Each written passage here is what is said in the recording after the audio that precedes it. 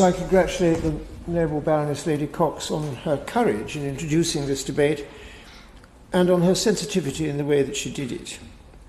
I start with what assistance the government are giving to the victims of grooming gangs in Rotherham and elsewhere. The Noble Baroness suggested that this could be as low as an average of £48 per victim. But a written answer to me, HL 12518, last 20th of December, points to a much lower figure, because 4.7 million of the 12 million mentioned by the Noble Baroness was a one-off payment.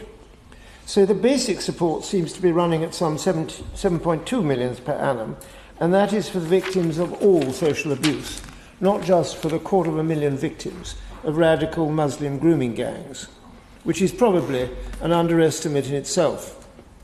I say this because if you take the accepted figure of 1,400 victims in Rotherham alone and extend it across the country, you come to a much larger figure. And indeed, Rotherham's MP, the courageous Sarah Campion, has put the figure at 1 million. So the amount now spent on helping each of them becomes derisory. In fact, of course, the vast majority are getting no help at all from the government, and I look forward to the Noble Lady the Minister's comments. My Lords, and it's still going on. I have contacts on the ground in Rotherham who say that grooming gangs are still active there. Traffic wardens turn a blind eye to Muslim taxi drivers who park on yellow lines, and so on. Turning to what can be done to stop this colossal social scandal, I fear we must start by accepting that the perpetrators are indeed radical Muslims. But they should not be confused with other decent men of Pakistan and Asian origin.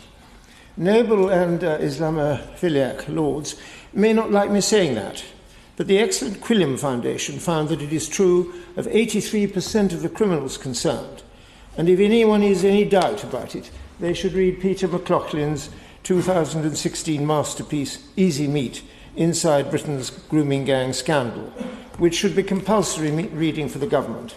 Indeed, I brought a copy with me today and will give it to the Noble Lady the Minister at the end of this debate, and I trust that her civil servants will read it too.